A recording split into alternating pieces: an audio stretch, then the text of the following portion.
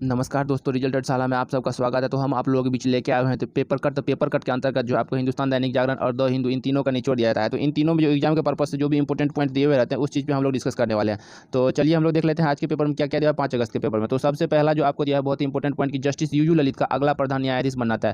तो भारत में के जो अगले CJI होने वाले हैं, चीफ जस्टिस ऑफ इंडिया, ये आपको होंगे यू ललित। इनके नाम की सिफारिश किया है आपको वर्तमान CJI आपको एन वी रमन्ना ने जस्टिस यू ललित के नाम का सिफारिश किया है। तो ये आपको भेज दिया गया है जो केंद्रीय कानून मंत्री किरण रिजिजू।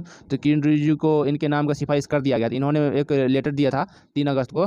किरण रिजिजू ने, देखिए यहाँ पे ये दिया हुआ है कि चीफ जस्टिस को 3 अगस्त की चीफ जस्टिस ऑफिस को 3 अगस्त को कानून मंत्री किरण रिजिजू का पत्र प्राप्त हुआ जिसमें CJI के उत्तराधिकारी नाम की संतुष्टि करने का अनुरोध किया गया। तो इन्होंने किरण रिजिजू ने CJI कार्यालय से पूछा था कि आपका उत्तराधिकार कौन होगा, क्योंकि 26 अगस्त को आप रिटायर होने वाले हैं। तो जो NV रमन्ना है अभी वर्तमान में, उन्होंने यू ललित के नाम की सिफारिश किया। तो एक बात बहुत ही यहाँ पे इंटरेस्टिंग है दोस्तों कि ये आपको 27 अगस्त को पदभार ग्रहण करेंगे। कब ग्रहण करेंगे? 27 अगस्त को पदभार ग्रहण करेंगे और 8 नवंबर को सेवानिवृत्त हो जाएंगे। इनका कार्यकाल 3 महीना से भी कम है। देख लीजिए कि 27 अगस्त को नए CJI पदभार ग्रहण कर लेंगे और 8 नवंबर को जो वो रिटायर हो जाएंगे। तो हम लोगों को बहुत ही जल्द अभी एक और इनके बाद जो है नेक्स्ट इस बीच में दो CJI मिलने वाला है। तो ठीक है, ये इतना ही इसमें दिया हुआ है। इसके बाद फिर आगे हम लोग आगे चलते हैं, आगे देख लेते हैं laser guided anti tank missile का परीक्षण। तो भारत ने किया लेजर गाइडेड एंटी टैंक। तो laser guided anti tank missile का परीक्षण क्या है, तो ये आपको क्या किया है, तो कहाँ पर किया है, तो देखिए यहाँ भारत ने गुरुवार को स्वदेश विकसित laser guided anti tank missile ATGM का महाराष्ट्र के अहमदनगर के रेंज में सफल परीक्षण किया। ठीक है, तो DRDO जो महाराष्ट्र के अहमदनगर के जो फायरिंग रेंज है उस फायरिंग रेंज में इसका परीक्षण किया है। तो रक्षा मंत्रालय ने बताया कि मिसाइलों ने 2 अलग अलग रेंज में सटीक निशाना लगाते हुए लक्ष्यों को नष्ट किया है। तो ये आपको रक्षा मंत्री राजनाथ सिंह जो है युवकों को, DRDO के वैज्ञानिकों को और सेना के वैज्ञानिकों को बधाई दिया है। और इसके बाद जो इंपॉर्टेंट पॉइंट है इसमें देख लेते हैं कि भारतीय सेना ने मुख्य युद्धक टैंक के जरिए, देखिए तो भारतीय सेना का युद्धक टैंक है T-19, जिसको अर्जुन टैंक भी बोला जाता है। T-19 का ही नाम मतलब रसियन है। तो अब ये DRDO इसको डेवलप बनाता है स्वदेशी तकनीकी से आ चुका है तकनीक। तो इस टैंक, ये जो अर्जुन टैंक है, अर्जुन टैंक के अंतर्गत इसको बनाया गया है। तो देख लीजिए DRDO और यहाँ पे आपको दिया हुआ है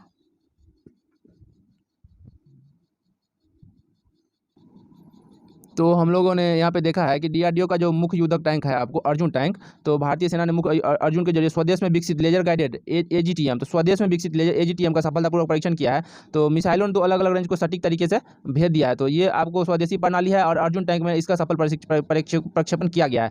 तो ये आपको है हमारा जो सेना का जो है भारतीय सेना का मुख्य युद्धक टैंक अर्जुन है। तो अर्जुन की 120 mm की राइफल गन से तकनीक मूल्यांकन परीक्षण किया जाता है। 120 mm के गन से जो है इसका परीक्षण किया जाता है। एंटी गाइडेड होता है कि आपको GPS के जरिए जो होता है ना, वो लॉक कर लिया था, किसी टारगेट को लॉक कर लिया था। उसके बाद जब एक बार टारगेट लॉक हो गया, उसके बाद फायर करने के बाद टारगेट छूटता नहीं है निशाने से, वो उसको डिस्ट्रॉय करके ही खत्म लेता है। तो वही है एंटी गाइडेड लेजर मिसाइल। ठीक है, इसके बाद हम लोग चलते हैं आगे। अगला जो है वो आपको है, ये देख लेते हैं। ये आपको दिया हुआ है कि INS सतपुरा ने रिमपैक 2022 अभ्यास पूरा किया। तो अभी जो आपको बहुपक्षीय युद्धाभ्यास रिमपैक हो रहा था, तो उसमें आपको भाग लिया था INS सतपुरा। तो INS सतपुरा जो भाग, देखिए बहुपक्षीय सैन्य अभ्यास रिमपैक 2022 के पूरा होने पर INS सतपुरा अमेरिका के हवाई क्षेत्र में पहुंच गया है।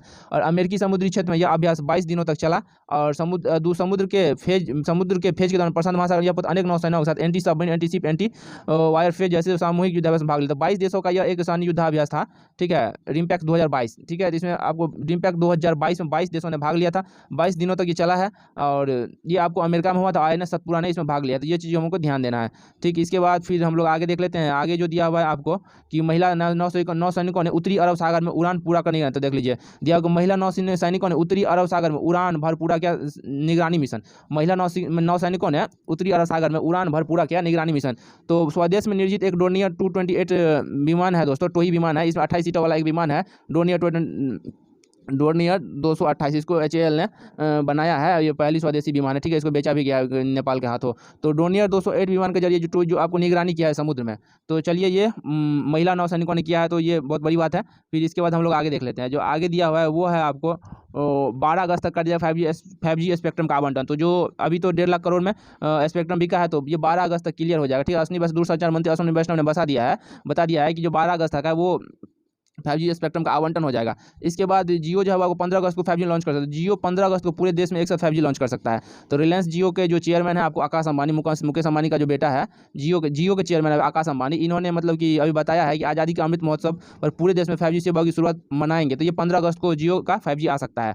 इसके बाद फिर हम लोग आगे चल के देख लेते हैं। अगला आपको दिया हुआ है कोरोना के पूर्व स्तर पर पहुंच सकते हैं रेपो दर। तो सरकार जो हम लोगों ने इसे पिछले भी डिस्कस कर चुके हैं, रेपो रेट को फिर से महंगा करने वाला है, तो 0.35 से लेकर 50% तक।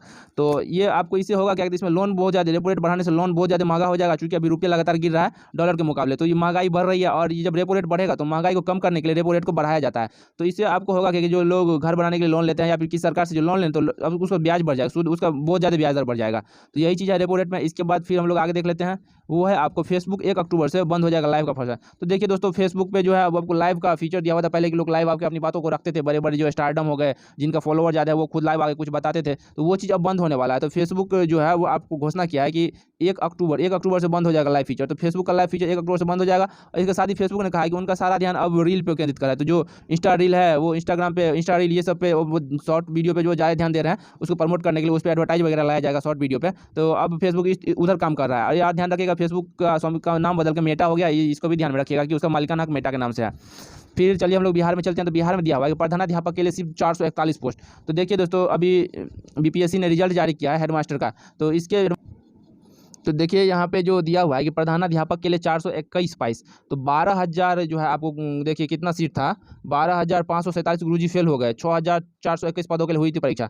तो बीपीएससी जो है वो आपको 6,421 पदों के लिए आपको निकाली हुई थी वैकेंसी, हेडमास्टर के लिए, प्रधानाध्यापक के लिए, प्रिंसिपल के लिए। तो उसमें आपको सिर्फ 421, बिहार के शिक्षकों की स्थिति मतलब इतनी बुरी और दयनीय है कि इसमें सिर्फ 421 जो है वो आपको पास हुए हैं, बाकी सभी गुरुजी फेल हो गए हैं। तो कितनी शर्मिंदा और ये निंदा का विषय है कि बिहार की शिक्षा व्यवस्था कितना गिरा हुआ है। और यहाँ पे हजारों युवा जो आपको बीपीएससी का तैयारी करते हैं अलग अलग कंपनी, उनको इस चीज़ में नहीं लाया जाता, उनको शिक्षा के क्षेत्र में नहीं लाया जाता। लेकिन जो सरे हुए मास्टर हैं, जिनसे बीपीएससी का मतलब कि समझिए तो 6,421 में सिर्फ 421, 6,000 सीट खाली रह गया।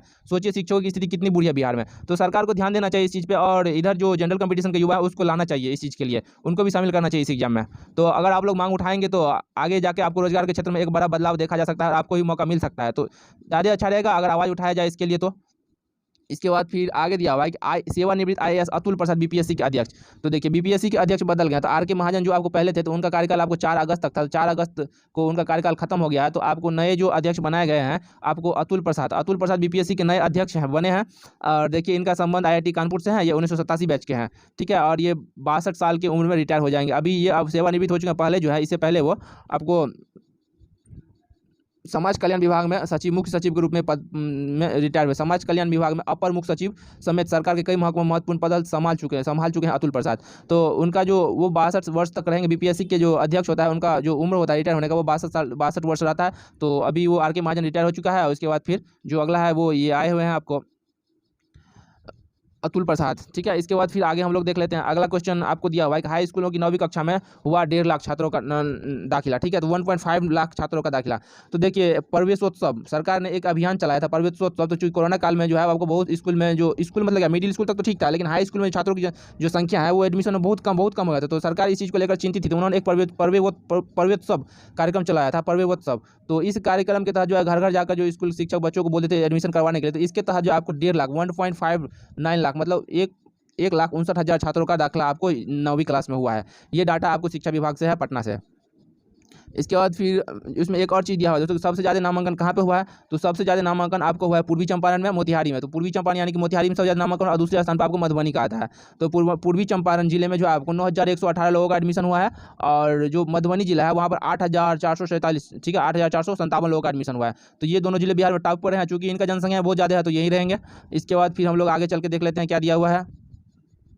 अभी तो इतना ही है दोस्तों। फिर हम लोग अगली खबर चाइना और ताइवान से है दोस्तों। जैसा कि आप लोग देख रहे हैं कि चाइना और ताइवान, तो चाइना जो है अभी मिलिट्री डील कर रहा है चाइवान आइलैंड के आसपास। तो ताइवान जो है वो आपको एक द्वीपीय देश है, जो पहले चाइना का ही भाग था, जो बाद में वो अपने आप को एक स्वतंत्र देश मानता है। तो ये चाइना जो भी जिस भी देश से संबंध रखता है वो वन चाइना पॉलिसी के नाम पर मतलब कि संबंध रखता है। तो वो सभी देशों को मान्यता देनी पड़ती है। तो अभी वो चाहता है किसी भी तरह से करके उसको खुद में मिला ले, चूँकि अमेरिका के कुछ अधिकारी लोग गए हुए थे, तो अभी चाइना भड़का हुआ है।